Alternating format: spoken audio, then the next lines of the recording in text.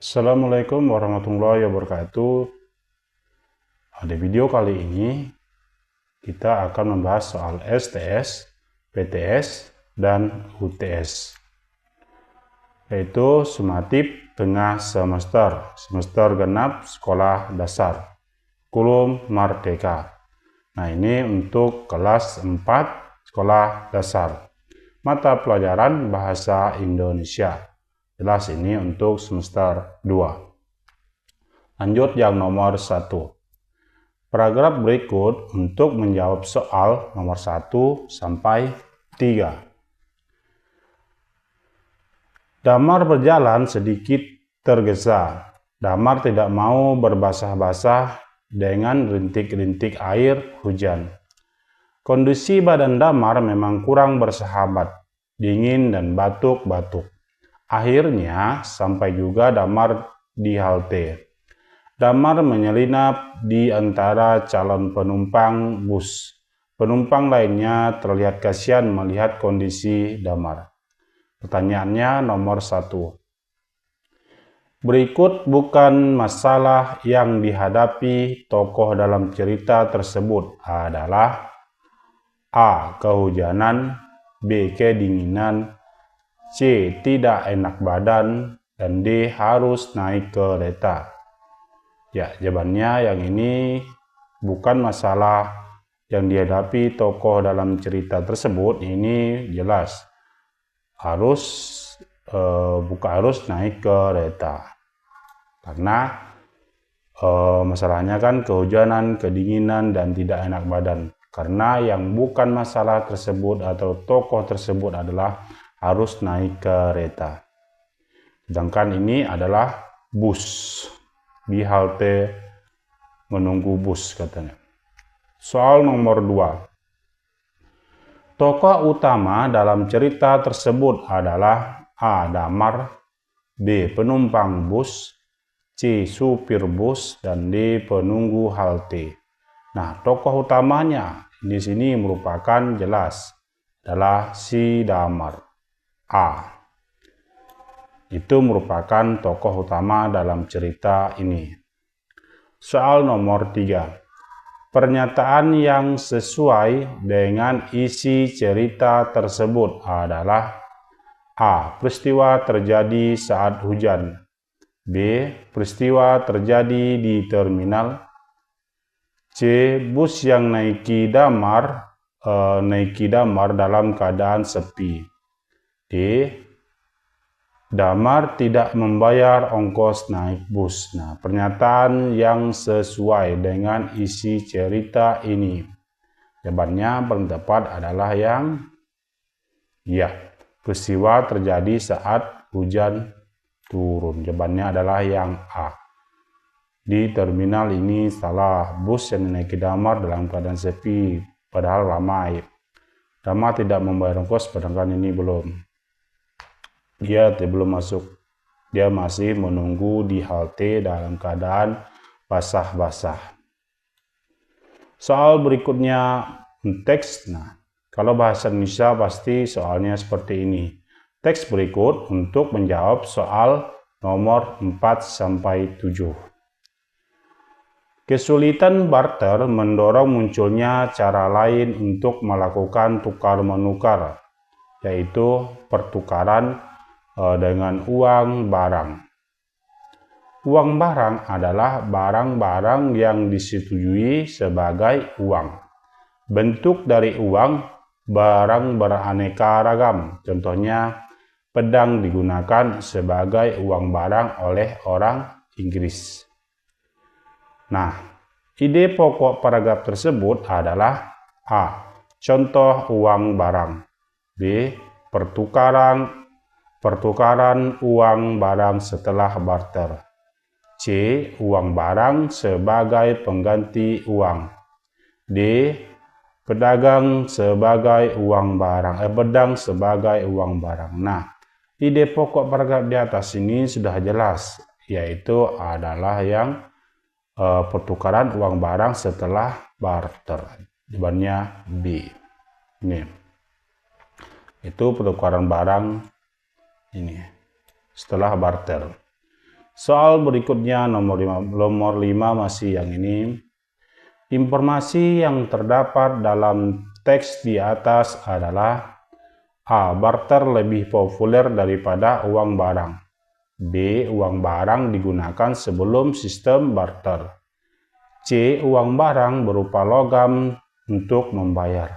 D. Pedagang digunakan sebagai uang barang di Inggris. Nah, ini informasi yang dapat dalam teks ini di atas itu jelas. Jawabannya adalah yang pedang digunakan sebagai uang barang di Inggris. Jawaban yang ini.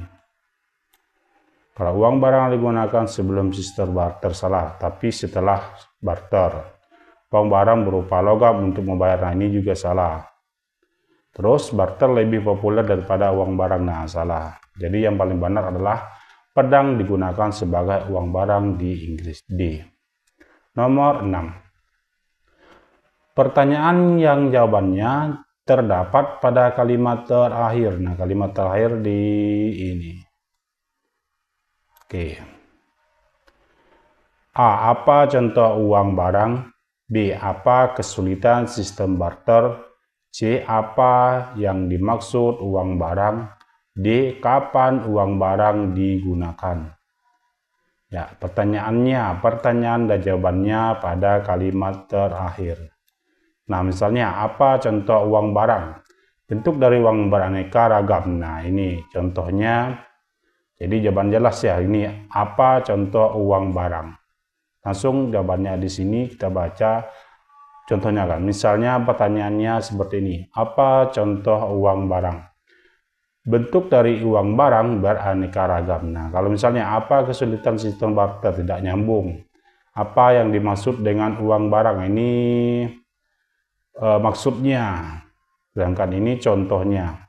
Kapan uang barang digunakan? Nah, ini juga salah. Jadi jawaban paling tepat adalah yang A.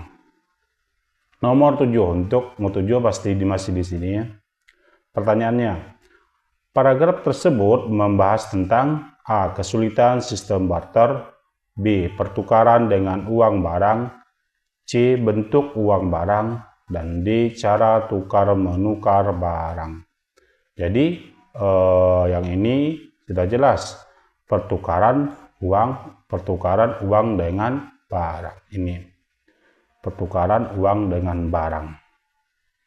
Jawabannya adalah yang B.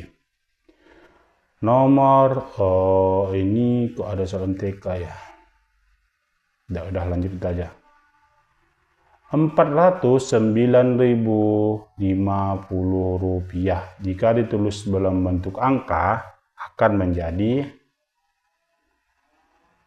seharusnya bukan MTK, ini kan soal bahasa kan. Nah, nggak apa, kita lanjut saja. 409.050 rupiah jika ditulis dalam bentuk angka akan menjadi apa? Oke, ini lupa bukannya. Nah, seperti ini.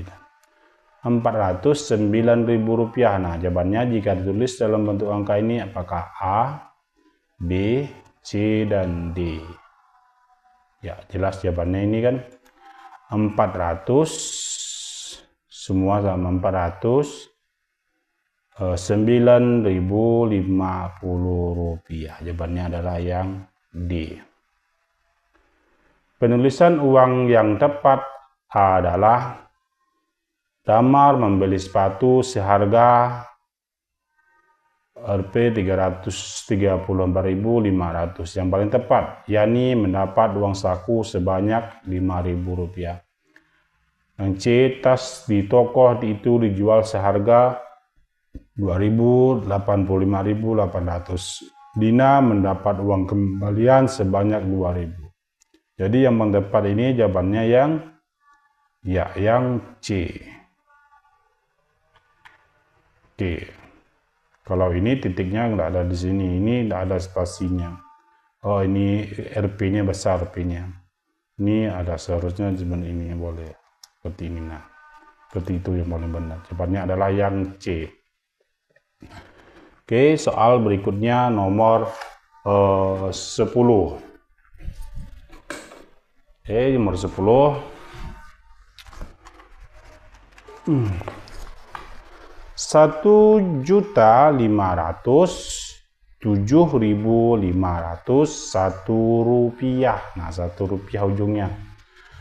Jika ditulis dalam bentuk angka menjadi, nah ini 1 rupiah kuncinya tadi, kunci dari soal ini. Apakah yang A 1.507.000. Nah ini yang 1 rupiah ini, yang A dengan yang C, yang B dengan yang C dengan B. Jadi yang paling benar ini, coba kita lihat, 1 juta benar, 1.507.501 rupiah. Jadi jawabannya yang B. Ini salahnya di mana? Oh, ini RP-nya apa namanya? P besar. Ini saja. P besar. Kalau ini kan P kecil. Oke. Berarti memang benar, berarti ini. Lanjut soal berikutnya nomor 11. Jika air sudah mendidih, masukkan adonan yang sudah dibentuk berbulat-bulat kecil. Pernyataan yang sesuai dengan kalimat prosedur di atas adalah: A. Adonan direbus di air yang mendidih. B. Adonan direndam dalam air yang sudah mendidih. C. Adonan dimasukkan ke dalam baskom.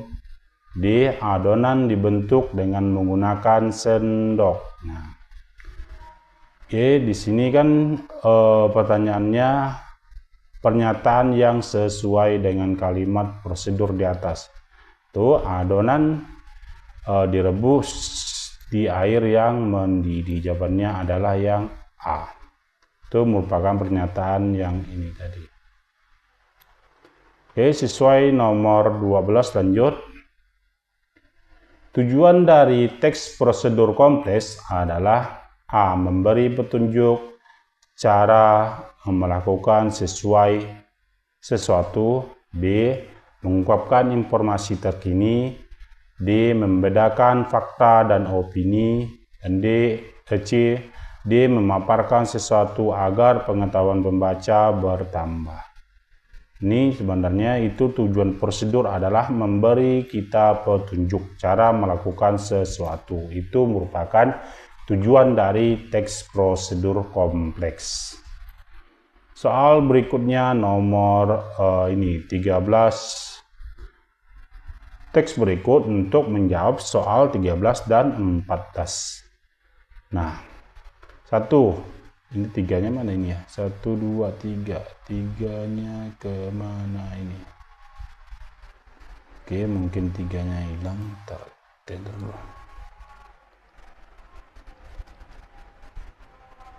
Kelihatan 3-nya hilang, bentar ya.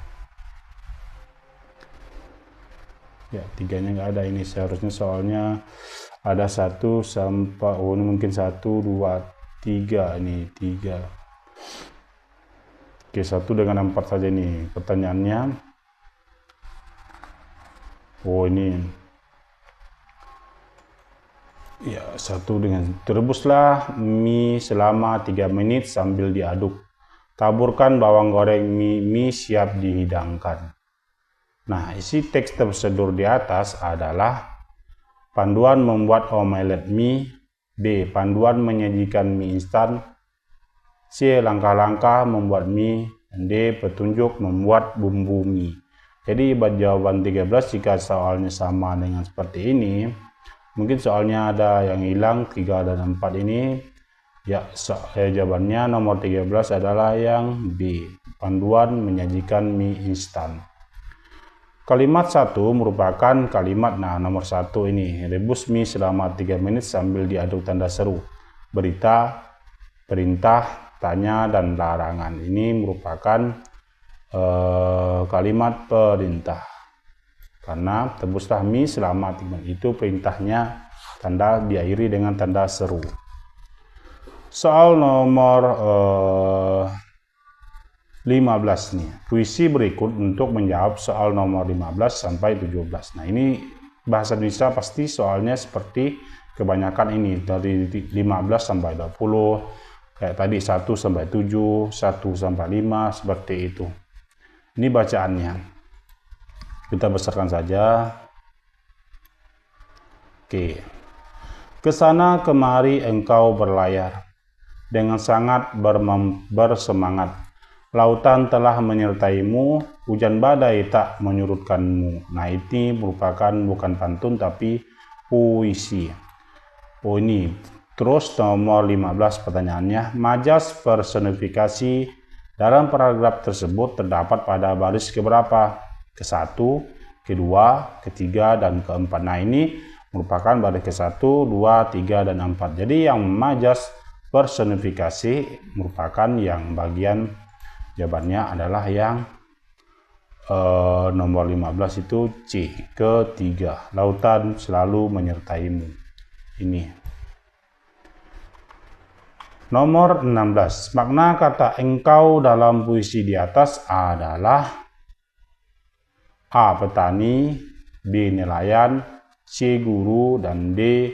Orang tua. Nah, ini makna dari engkau. Di sini ke sana engkau kemari berlayar. Nih berlayar ini jelas nelayan.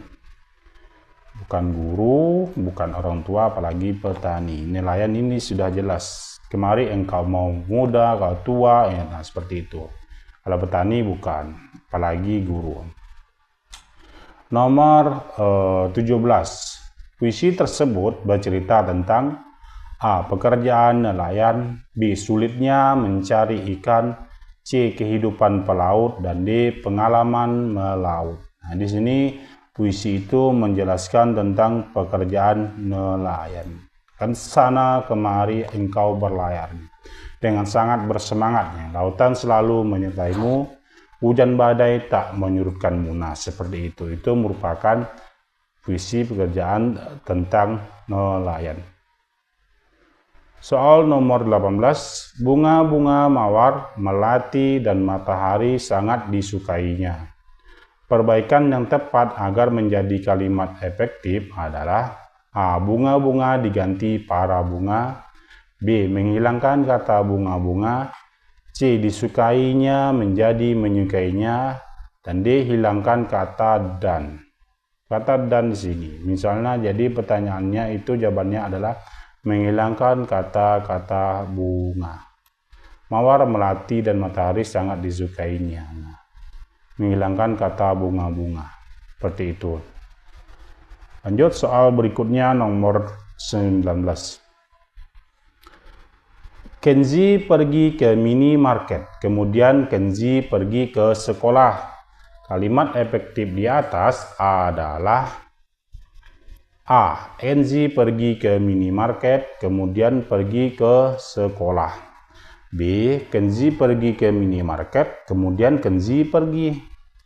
C. Kenzi pergi ke minimarket, kemudian ke sekolah. Dan D. Ia pergi ke minimarket, kemudian Kenzi pergi ke sekolah.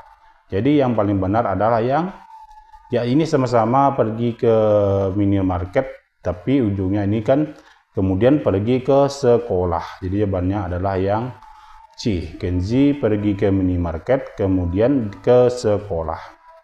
Jadi Kenzinya dihilangkan ini. Lanjut soal berikutnya. Nomor 20. Berikut yang merupakan kalimat efektif adalah A. Bagi para siswa-siswa diharapkan datang pukul 7.30 WIB. B. Penebangan pohon itu kami dibantu oleh semua warga desa. Saya hanya memiliki satu tanaman peliharaan saja. Yang D. Siswa kelas 4 senang memelihara hewan dan tumbuhan. Nah, kalimat efektif ini yang paling efektif jawabannya adalah yang ya, siswa kelas 6 senang memelihara hewan dan tumbuhan. Jadi jawabannya adalah yang D. Kalau yang A, B, C ini tidak efektif. Yang bagian 2. Oke, seharusnya di sini bagian 2. Oke. Bagian B, ide pokok terletak pada kalimat utama. Jawabannya adalah utama. Besar semua nggak apa. Penulisan mata uang rupiah dengan simbol, jelas simbol awalnya adalah Rp. R-nya besar, P-nya kecil. Pemisah bilangan ribuan dalam penulisan nominal uang menggunakan tanda titik. Tanda titik. Oke. Langkah-langkah dalam teks prosedur disajikan secara apa? Secara berurutan, secara runtut. Informasi dalam infografik disajikan dalam bentuk teks dan gambar. Nah, nanti kalau ada jawabannya seperti ini, ingatkan saja. Kalau ada pertanyaannya seperti ini, sama dengan ulangan kalian, teks dan gambar. Intinya pertanyaannya, jawabannya seperti ini. Nomor 26. Kata-kata dalam kalimat efektif disusun secara kaidah struktur bahasa.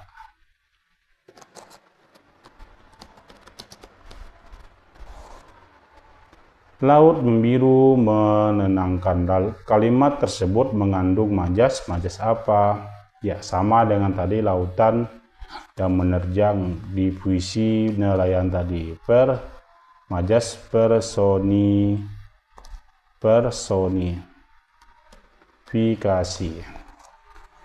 Salah satu langkah menulis puisi adalah menggunakan majas. Pemilihan kata dalam puisi disebut juga diksi. Aspek mengapa dalam laporan perjalanan berkaitan dengan dilakukan langsung ini saja. Berkaitan mengapa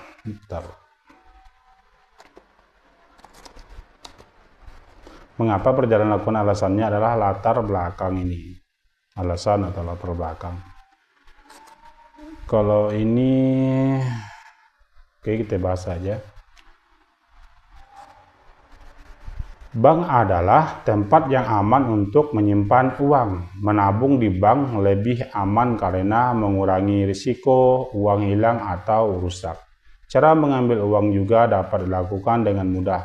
Kamu tidak perlu pergi ke bank, cukup pergi ke mesin ATM, unjangan tunai mandiri seperti itu. Mengapa menabung bank lebih aman? Jawabannya adalah karena di sini karena mengurangi risiko uang hilang atau rusak. Nah, ini karena jawabannya ada di sini. Apa saja informasi yang disampaikan pada paragraf di atas? Ini keamanan dan keuntungan menabung di bank. Teruslah nilai uang berikut dalam bentuk huruf. Nah, dalam bentuk huruf yang A dan B. Di sini benarnya di sini saja. 721.400 rupiah. 407 rupiah. Terus yang ini 1 juta atau sejuta, 1 juta ini 1.900.900 rupiah.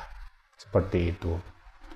Intinya baca dari sini dulu 700 21.407, sedangkan yang B 1.009.500 rupiah.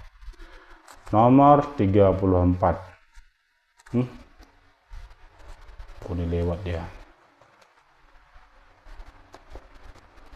Ntar nomor 35 nanti di sampingnya aja. Apa saja yang dilaporkan dalam laporan perjalanan? Oke, yang dilaporkan dalam perjalanan itu jelas, kita cek saja jawabannya langsung.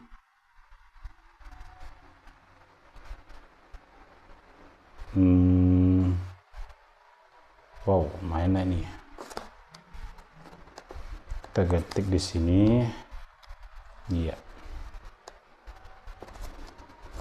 Tempat, waktu, pesana, deskripsi objek yang kita kunjungi, terus serta kesimpulan perjalanan. Nah, itu merupakan soal berikutnya yang terakhir. Bacalah puisi berikutnya. Langit mendung yang gelap, suara petir menggelegar, tetesan air menyerbu bumi. Nah, apa majas dalam puisi tersebut? Tulislah lirik yang bermajas. Yang mana dia? Itu majas personifikasi. Kita cek. Majas personifikasi, tetesan air menyerbu bumi. Jawabannya adalah yang ini. Oke, sampai di sini.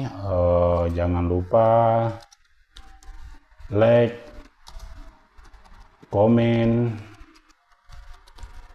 and share. Dan subscribe-nya. Terima kasih. Nggak seperti ini bukan. Assalamualaikum warahmatullahi wabarakatuh.